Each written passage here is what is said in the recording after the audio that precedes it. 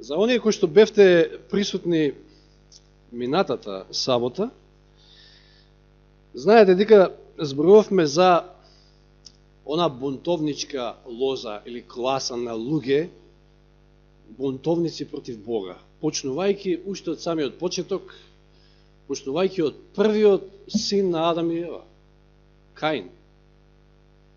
Самото тоа говори колку гревот зел замав уште на старт. И ги видовме оние карактеристики што ги поседувал Каин. Знаете, веднаш се случило убиство. Го убил не друг, туку својот брат, помалиот брат Авел.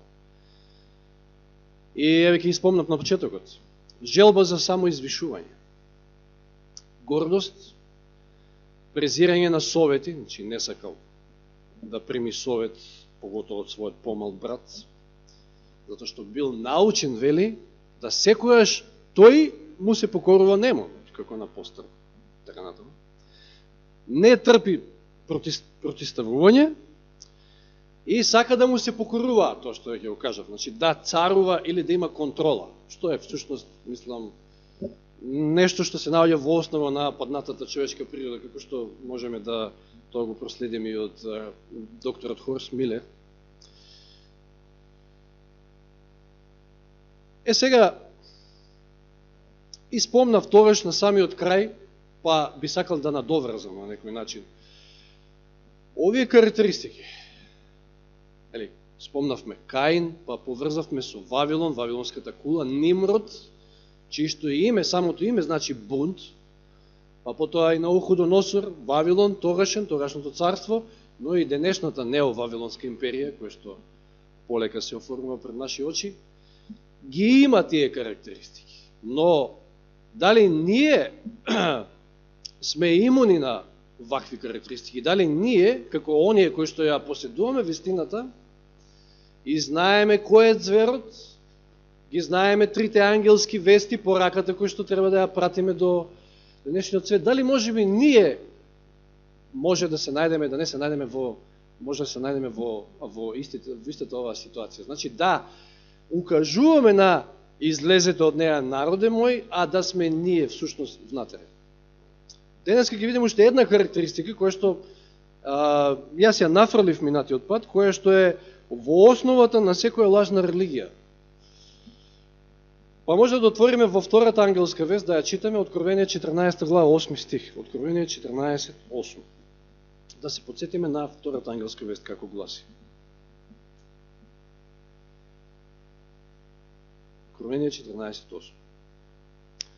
И друг, втор ангел, дојде по него, велејки, падна големиот Вавилон, кој ги напои сите народи со страсното вино на своето блудство. Интересно што овде стои во стихот, ги напои сите народи. Што е тоа што е толку привлечно во Вавилон, да може целиот свет да падне на тоа, мислам, да ја крене таа чаша, да се напие од таа чаша. Така да се изразам. Сите народи. Во тие сите народи спаѓаме ние, не може да се исклучиме од сите народи. Колку лесно проблемот на Вавилон може да биде и наш.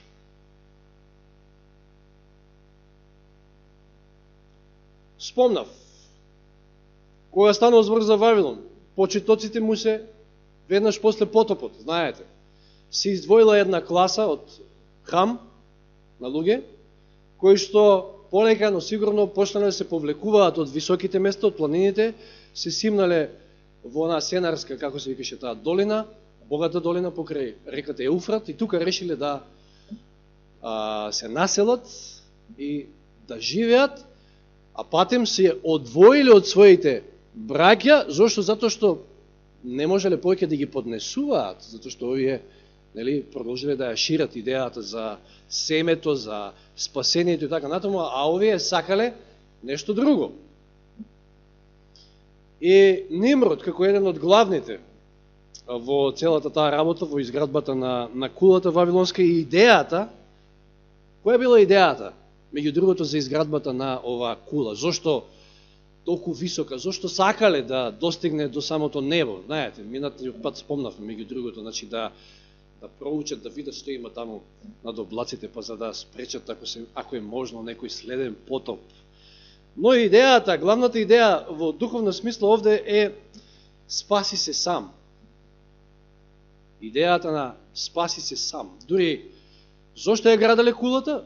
Иако Господ ветил, знаете зуницата, односно виножитото што го гледаме после дожд, што ветил? Дека нема никојаш повеќе да пушти потоп. Но тие не верувале во Божите ветувања. Неверие. Бунт. И затоа решиле да изградат кула, за да ете, ако се случи нешто слично, во иднина тие да се спасат. Спаси се сам. Вавилон е всушност символ на таа идеја спаси се сам. Подоцна, ако дојдеме таму негде во 6 век пред Христа, во царството на Вавилон, каде што го имаме царот, не само на Вавилон, туку на светот, можеме да кажеме, на познатиот тоаш свет, Навуходоносор, познатиот цар, кој што неколку пати гледавме некои секвенции, делови на неговиот живот во претходните предавања. Го гледаме Вавилон и го гледаме Божиот народ кој што се наоѓа во робство од Вавилон во тој период. И сега во онаа духовна смисла во која што сакам да ве наведам, Божиот народ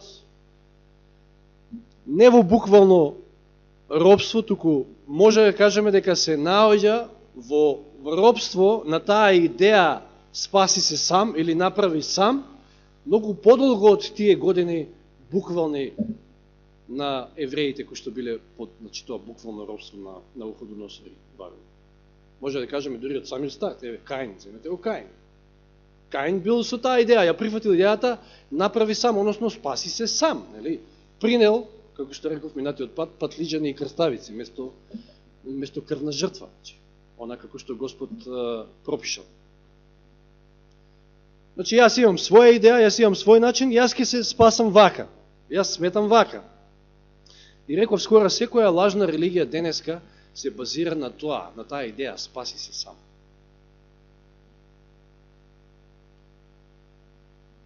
Значи, со ваква идеја може да биде верник на било која црква. Може да биде верник и на адвентишка црква. Со идејата спаси се сам. Ги видиме дека често пати, па и самиот Саши спомна, и не е Саши единствениот, и јас исто сум бил на почетокот со сваќање дека јас треба да се трудам, да правам, не знам што да правам, да се потам, да се знојам, за да, ете, успеам некако. Тоа е вродено некако во човечката грешна природа. Нас не учат од мали деца да, знаете, да не аплаудираат, не знам, ако направиме нешто, конечно успееме да направиме сами нешто. И се фалат нашите родители, еве, успеа, конечно успеа сам. Да. И то некако ни е вродено и потоа ни се пренесува дури во духовниот наш живот. Дека не е никој имун на таа идеја, еве ќе ви го цитирам уште еднаш цитатот од минатиот пат. Каин и Јавел, знаеме која била разликата меѓу Каин и Јавел. Каин и Јавел се представници на две групи или на две определби што ќе постојат во светот до крајот на времето. Тоа се тие две групи, нема трета. До крајот на времето. Едните се подпираат на заслугите на Спасителот, а другите на своите собствени заслуги. Или спаси се сам идејата. Сега да се свртеме кон себе малку и да видиме кој е можеби најголемиот индикатор. Веројатно има повеќе индикатори, меѓутоа можеби најголемиот индикатор дека сум со оваа идеја, ако имам малку време со Бога на личен план, значи оној личен однос, она лична служба што треба да имаме секој.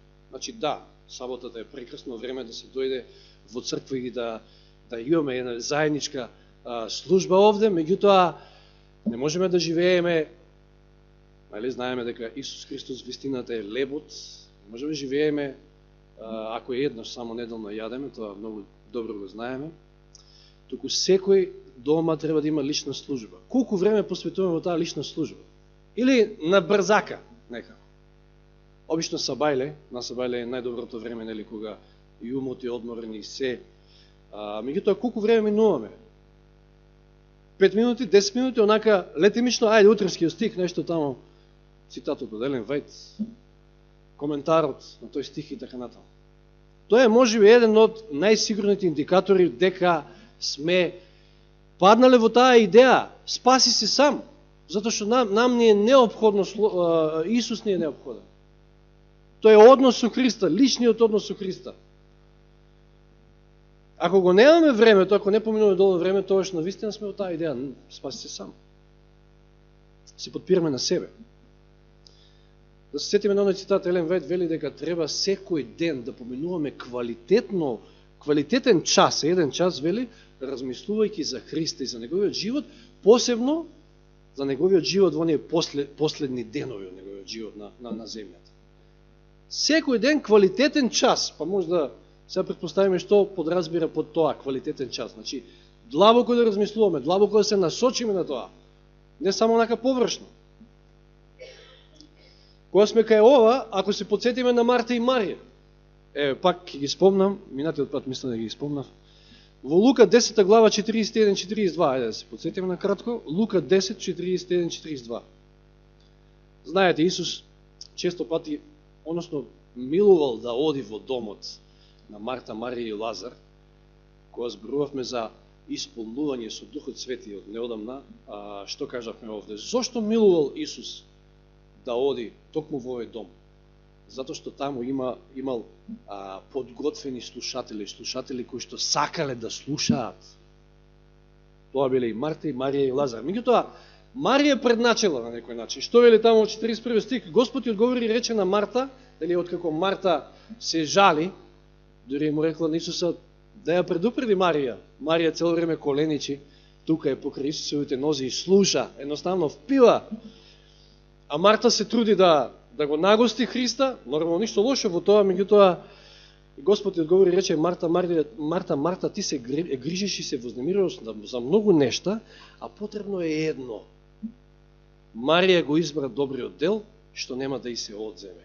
Тоа едно е многу битно. Едно е, ама битно. За да се одржи таа заедница со Христа, значи мораме тука да бидеме покрај неговите нозе, да ги слушаме неговите зборови. Матеј 6:33 шо вели? Најнапред барете го Божјето царство и неговата правда, а се друго ќе се додаде. Нема што да му ја мислиме за другото. Сега ако се вратиме пак на стихот во 14 глава Откровение, значи 8 стих, втората ангелска вест. Овде се спомнува блудство. Значи пат на големиот Вавилон, кој ги напои сите народи со страстното вино на своето блудство. Тоа вино вавилонско, тоа вино на блудство, што представува? Пред се. Зборуваме за идејата спаси се сам или направи сам. Што представува блудство? Неморални сексуални размислувања или акти, вонбрачни сексуални активности. Или да поедноставиме во контекст на оно што зборуваме. Две страни кои не би требало да се мешаат, се мешаат. Или постои еден теолошки термин, што означува во теолошко смисла вид на блуд, синкретизам, може би сте чуле, јас од неодамна го дознав, мислам, значењето, спремајќи се, проучувајќи. Вели спојување на идеи. Што е синкретизам? Спојување на идеи, закони, факти, кои потекнуваат од различни теориски системи и се меѓусебно некомпатибилни. Како што е некомпатибилно и не можете да споите, делумно се спасувам со дела, а делумно со вера. Како што ете, може би некој размислува. Тоа е пак идејата направи сам, спаси се сам. Дали спасението се делумно со дела и делумно со вера? Може ли да се измеша тоа? Не, може би сте слушале порано, јас мислам дека и читал. Постојали книги, постојат, верувам. Вие трудете се колку можете.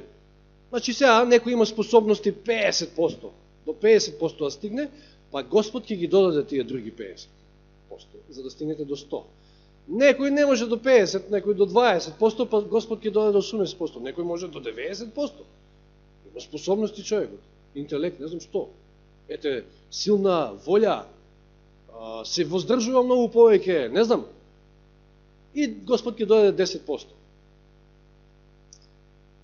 Тоа е синкретизам, тоа е блуд, тоа е блудствување всушност, тоа е блудството.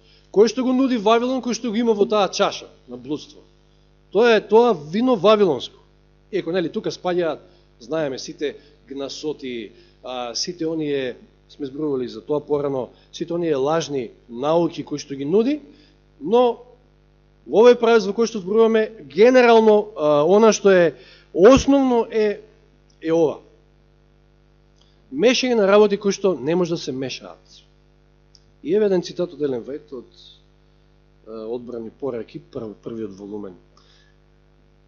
Зборува за група на луѓе. Вели, додека мислат дека му се предаваат на Бога, кај нив има голема доза на самозависност. Тие се совесни души. Значи, пазите, сега не зборуваме за Каиновци, за вавилонци, за бунтовници, отворени бунтовници против Бога. Туку зборуваме за совесни души. Тие се совесни души кои делумно довербата ја ставаат во Бога, а делумно во самите себе. Колку ли знаеме ние лично во нашиот личен духовен живот да правиме вакви грешки. Делумно довербата ја ставаат во Бога, а делумно во самите себе. Тие не гледаат на Бога за да бидат сочувани со неговата сила, туку зависат од нивната будност во искушенијата, еве тоа што вас спомнавме порано. Значи колку си буден, колку треба да внимаваш и од извршувањето на одредени должности за да бидат прифатени од него. Тоа е тоа мешање. Делумно на мене се подпирам, делумно на Бога. Делумно јас нешто ќе правам, делумно сум спасен со дело, делумно со вера. Не одат тие работи, тоа се некомпатибилни работи. Два дела, две идеи. Со една ваква вера, вели, со една ваква вера не можат да се извојуваат победи.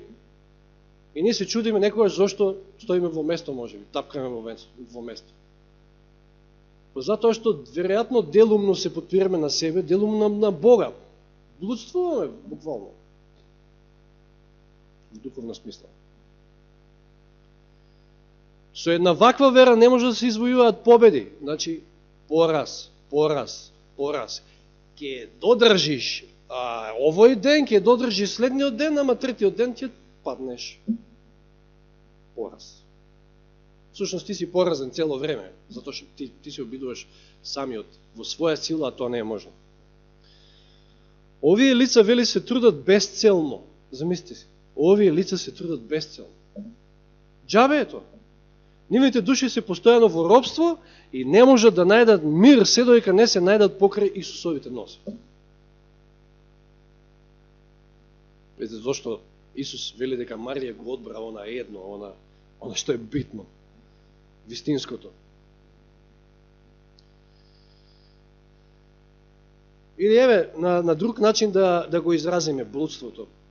Замислите си да ги имате придобивките и плодовите на бракот, ама надвор од брачната заедница.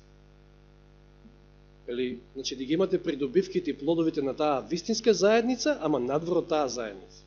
Не е можно. Ако читаме во Галатјаните 5, 22 и 23, сум ми спуштил да го запишам овие стихови, па сега ќе читам, ќе се зверам малку Библијата. Значи, Галатјаните, плод на духот, што е плод на духот? Имавме од неодамна поука, кога беше тоа, лани? 5, 22 и 23. А плодот на духот е љубовта, радоста, мирот, трпението, љубезноста, добрината, верноста, кротоста, самоконтролата, дури самоконтролата. Знаете, некојаш ние можеби ете тоа, тие се тие наши напори, контрола. Контрола на самиот себе, самоконтрола со други зборови. Не, и самоконтролата е плод на духот. Пазите, сето ова е плод на духот. Тоа не е мој производ, тоа не е мој плод, тоа е плод на духот. Значи, плод на таа заедница со Христа. Не може да овие придобивки, овој плод да го добиете надвор од таа заедница. Нема шанси. Затоа се вика плод на духот. Че ова не може да се постигне без врската со Христа. Се отваряме во дела, и се извинувам, во Данијел, кога сме веќе кај Вавилон, мора да го спомне повторно на Навуходоносор. 4 глава, она негово сведоштво, 4 глава, Данијел 20, од 29 до 32 ќе читаме. Книга на пророк Данијел, 4 глава, 29 до 32. Знаете, Господ му дал друг сон, сона дрво, кој што достигнало до височина до небото, па расширени гранки, па сите можеле тука да се нахранат, и птици, и животни, се. И му бил протолкуван сонот, но поминале дури 12 месеци, цела година, значи, вели 12 месеци подоцна, какво влијание сега имал сонот на Навуходоносор и дали имал воопшто. Шетајки по Вавилонскиот царски дворец, царот велеше: нели е тоа големиот Вавилон што јас го изградив, за да ми биде царска престолнина со силата на својата моќ, за слава на моето величество? Јас направи сам, можеш сам. Уште тие зборови беа во неговата уста, кога дојде глас од небото, од тебе ти се објавува цару Навуходоносору, царството ти е одземено. Имал цела година време. Ќе бидеш протеран од друштвото на луѓето и ќе престојуваш со полските животни. Морало ли вака да биде? Не морало да биде вака. Ама тврдоста на човечкото срце. Сега, царот бил жртва на тоа во животот, направи сам. Ама, и тоа го спомнав предходно, значи, од еден ваков живот ние можеме лесно таа идеја да пренесеме и во духовноста. Истата идеја, направи сам. Свикнати сме да сакаме да се одолжуваме, да речеме, за направена услуга. Познаете, денеска капитализам, ја дури верувам дека не случајно капитализмот е, може би, последниот тој систем пред да се распадне целиот овој свет и царствата во него, затоа што капитализмот подразбира што? Се мора да заработиш. Да заслужиш, да бидеш платен за тоа. Тоа е капитализм. И затоа не сме свикнати да примеме нешто на подарок. Се некако се обврзуваме, дури ако ни даде некој нешто, да после ние му вратиме, да му возвратиме за тоа.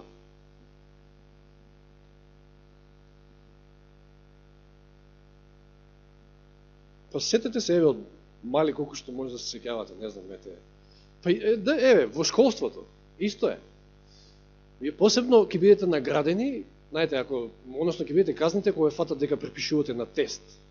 Че не можете вие со помош на некој друг. Не, треба самите да се потрудите, самите да направите, и тоа ни е вградено како чип во нашиот ум, и сега доаѓаме кај науката на милоста, за милоста, и тоа ни е како ново вино, како што Исус нели вели, ново вино, ај најлеј го во стари мешини.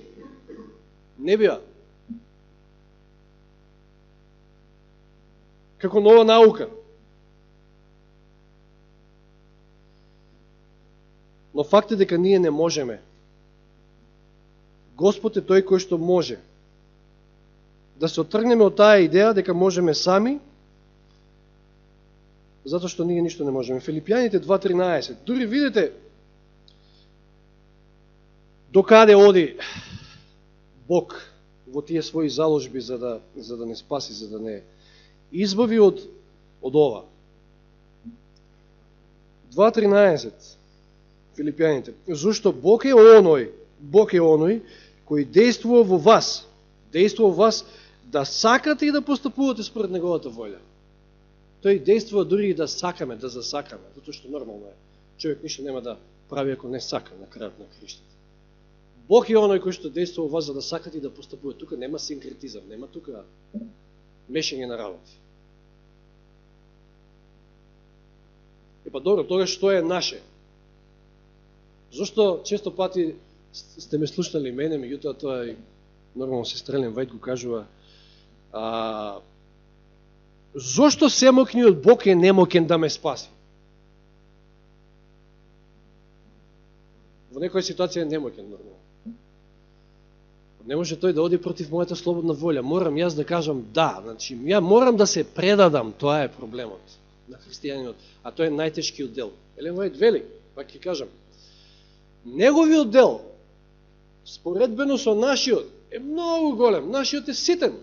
Ето едно, може би. Едно, ама вредно.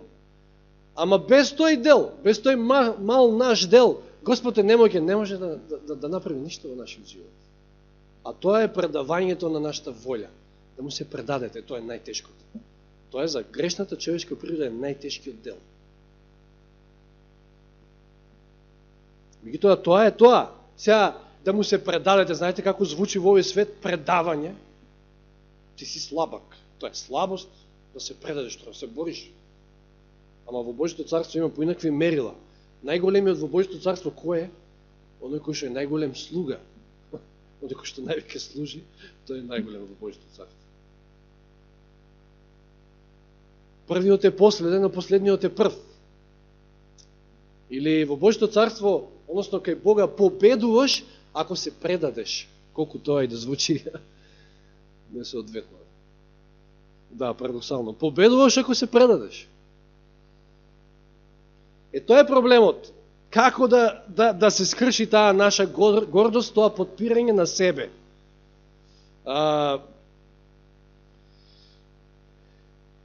Значи, не знам до каде треба да дојдеме, како оној стих во Римјаните 4.18. Ајде, набрзено отворите таму, а држете прст во Данијел 4 глава. Ќе се вратиме пак таму да завршиме со Навуходоносор и неговата преобразба. Морало ли еве и со него да се случи тоа што се случило? 7 години да биде како звер. Не личил на човек воопшто. За да се сруши таа негова гордост. За да конечно признае кој е Бог, а кој е тој, никој ништо. Нити царство ке имал, ни ништо, ако тоа Господ не му го дал. Римјаните 4.18. Знаете, ова во контекст на Аврам. Е кажано од страна на Павле. И ветувањето што му било дадено дека ќе добие син. Синот по ветување. Исак. Вели, без надеж, тој се надеваше и поверува дека ќе стане татко на многу народи според реченото тако ќе биде твоето семе. Без надеж, тој се надеваше. И сум го кажал тој порано, се додека имаме надеж во самите себе, ние ќе паднеме, ние се спасуваме со дела, односно ние го поддржуваме овој концепт на спаси се сам или направи сам. Се додека имаме надеж и трошка надеж во самите себе, во своји способности, не знам што. Кога Аврам ја изгубил надежта и целосно се потпрел на Божето ветување, тоа е тоа. Тоа е верата Аврамова. Се исполнило ветувањето.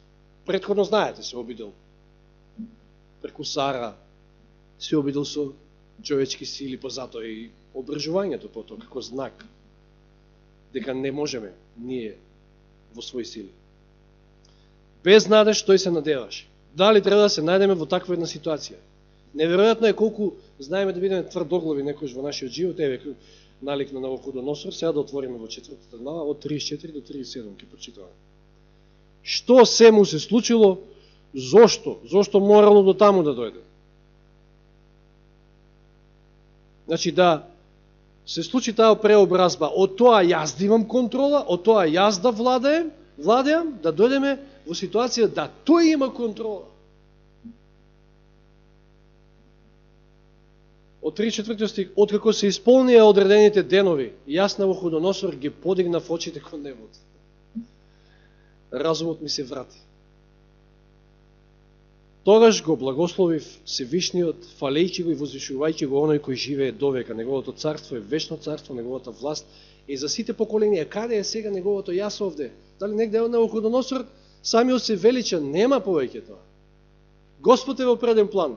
Господ е оној кој што е величан. Ама откако ги подигнал очите кон небото и откако му се вратил, така се враќа разумот.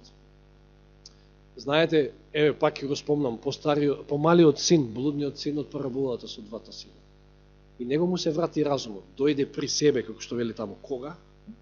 Па ете тогаш, кога ги дигнал очите кон небото, односно кога се сетил на својот татко, на имотот на својот татко, па рекол, па кидам сега ќе му слугувам, барем ќе има тамо некој парче леп.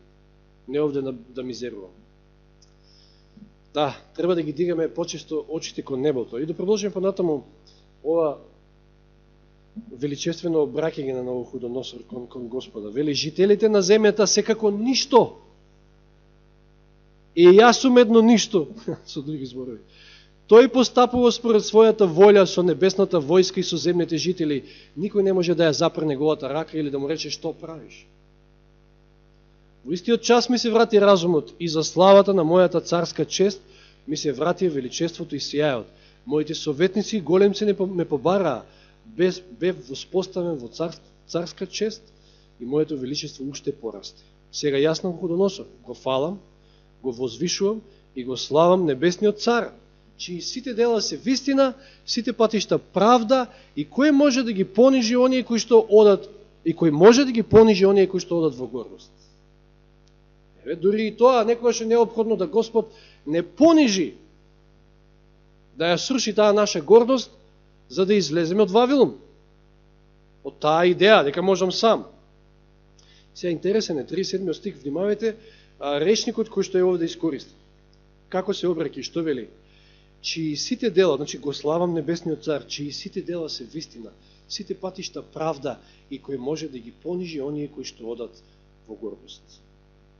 Меѓутоа, конкретно на делот, чии сите дела се вистина, значи Божите дела се вистина, и сите негови патишта правда. Знаете ли кај го среќаваме ово?